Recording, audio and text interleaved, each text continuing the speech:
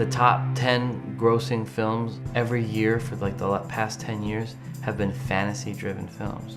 That's the kind of film I want to make. I want to take people away. I want to take them to another world. Hollywood doesn't like spooky films or thriller-type films for the 14-year-old age group. If it's marketed to 14-year-olds, then your main characters typically, by the Hollywood standards, need to be like 18. So whatever their next step is, whoever they idolize, that's who you have to have as your main characters if your market's younger. But that doesn't always sit very well with me.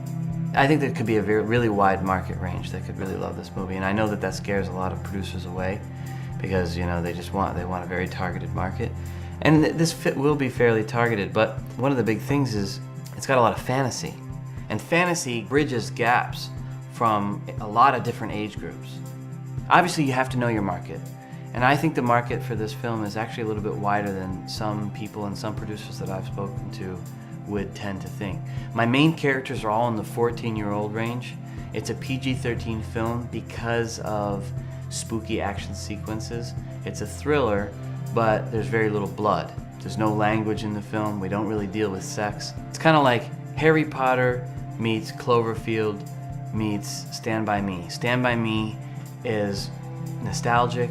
It's got very friend-chum type dialogue back and forth, and yet you put those Stand By Me characters in a situation where they have to deal with some monsters, and you have a whole new thing where there's action sequences and there are real threats for them to get away from. It's not just about what they're learning in terms of the impending adulthood that's coming at them like a freight train.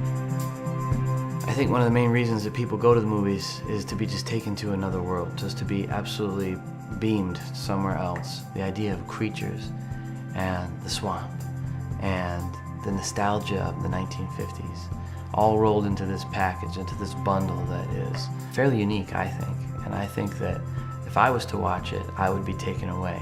And that's why I believe others would be too. I invite investors to look at all the different elements that we have going for us in this. The fact that fantasies are what do the best at the box office every year. I like happy films. I like films that take me away and make me concerned and bring me up and bring me down, but in the end, I walk away with hope, and I walk away with joy, and I walk away feeling like that was a fun 2 hours. I really enjoyed that. I talk about it with my friends. I talk about it with my kids.